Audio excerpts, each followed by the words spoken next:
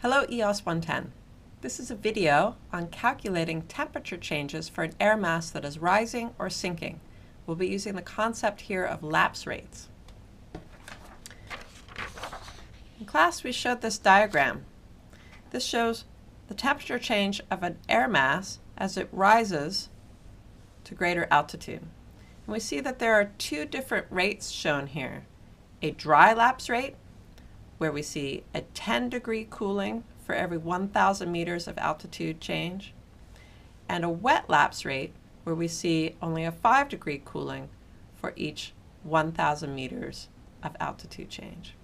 So the first thing I want to do before I do an example calculation is to talk a little bit about what is the difference between these dry and wet lapse rates, and how do we decide which one to use for a given calculation. Okay, so let's start out with the so-called dry lapse rate. This has a value of 10 degrees Celsius per 1,000 meters. Now we want to consider, as an air mass rises, that it's expanding.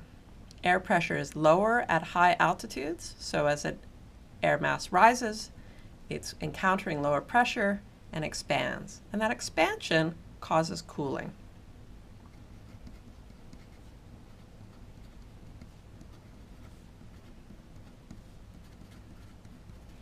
And the rate of that cooling is about 10 degrees Celsius per 1,000 meters.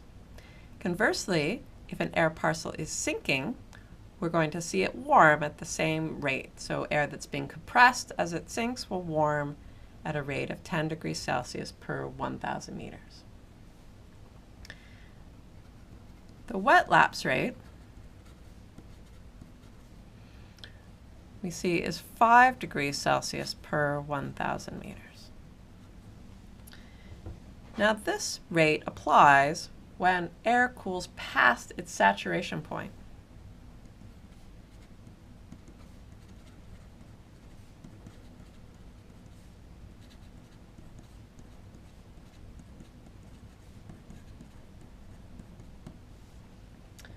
Okay, at that point, water vapor is going to condense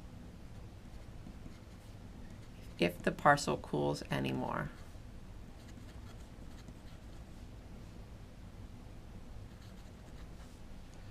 And that condensation adds heat to the system.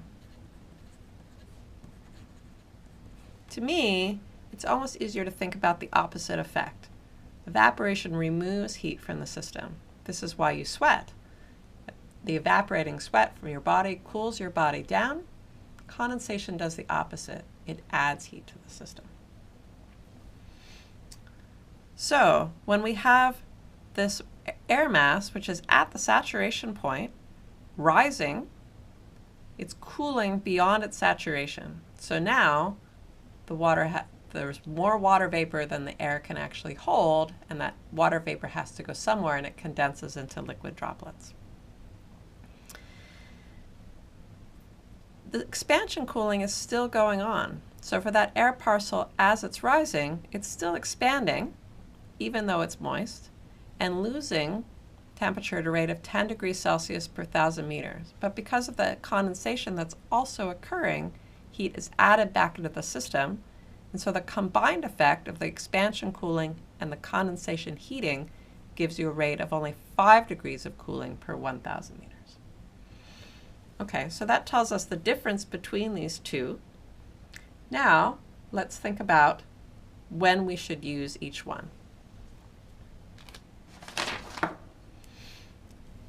Okay, so let's first consider air rising. And in that case, it will be cooling. Rising air always cools. If the relative humidity is less than 100%, or another way to say that is that the water vapor content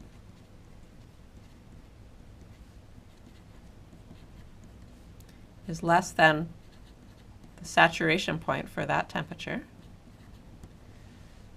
Then we're going to use the dry lapse rate because condensation will not be occurring until if the relative humidity is less than 100%.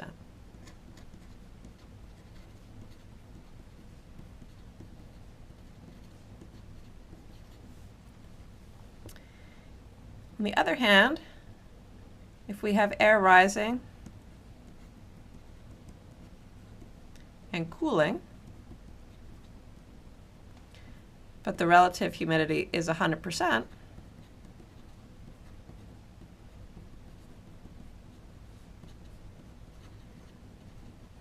now we're at a situation where condensation will occur as the air cools anymore. So at this point, we need to use the wet lapse rate.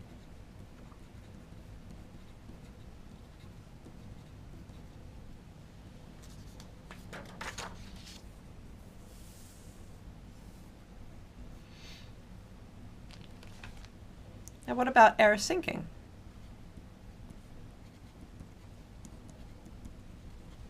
Air that's sinking is being compressed. It's going to warm up.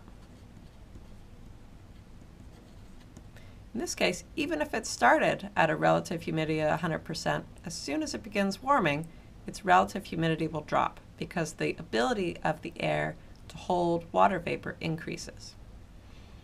Okay, so in this case, we have warming air. We are always going to use the dry lapse rate because this situation of sinking warming air will always be reducing the humidity.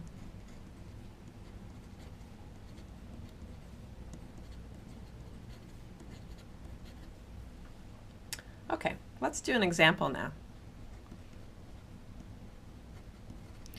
We have several example problems in your lab manual that you can do.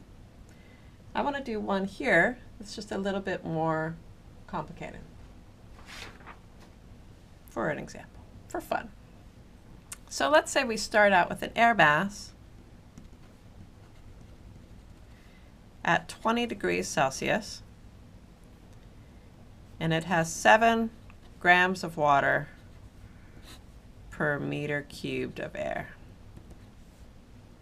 The saturation of this is such that this water parcel has a relative humidity of 50%.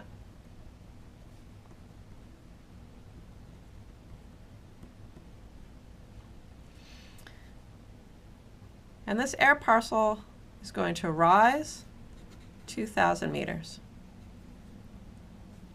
An important other piece of information that you need to know here is that the dew point, or the temperature it will be when it reaches 100% saturation, is 10 degrees Celsius. So we can see here that as the air mass cools from 20 to 10 degrees Celsius, we're going to need to use the dry lapse rate because it will be less than 100% humidity. But once the air parcel reaches 10 degrees Celsius, if it continues to cool, then we'll need to use the wet lapse rate. Okay.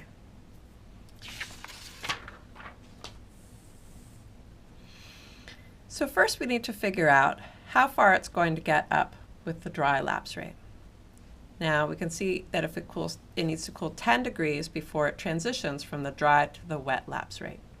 And that we know the dry lapse rate is 10 degrees per 1,000 meters. So you could just think about that like this. Well, if it goes 1,000 meters by the dry lapse rate, it will go from 20 to 10, and that's the answer. Or we could set up a little calculation here. Our change in temperature is 10 degrees Celsius. We could divide that by the lapse rate, which is 10 degrees Celsius per 1,000 meters. And the answer there is also 1,000 meters. So the air parcel will rise for the first 1,000 meters at the dew point. And so its temperature at 1,000 meters of altitude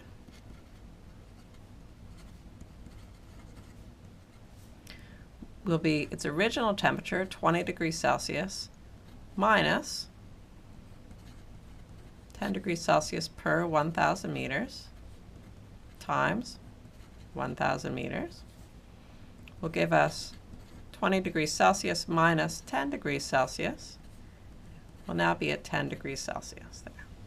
So it's gotten halfway up. You can set this up as a calculation the way I have, where we have the original temperature minus the lapse rate, because we're cooling, it should be minus, times the altitude change here. Or you can just think through it as well. You can say, okay, I'm going to go up 1,000 meters. It's 10 degrees for every 1,000 meters, so it's got to cool 10 degrees. Okay, but we said the air parcel is going to rise 2,000 meters. So it's got to go up another 1,000 meters. But now it's reached 100% relative humidity.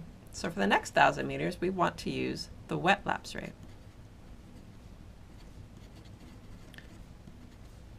So we're going to start out with the temperature at 1,000 meters, 10 degrees Celsius. It's going to continue to cool, but now at a rate of 5 degrees Celsius per 1,000 meters. And it's going up another 1,000 meters. Okay, so this is 10 degrees Celsius minus 5 degrees Celsius, or 5 degrees Celsius. Okay, so our final answer here is that the air mass will be 5 degrees Celsius by the time it's risen 2,000 meters.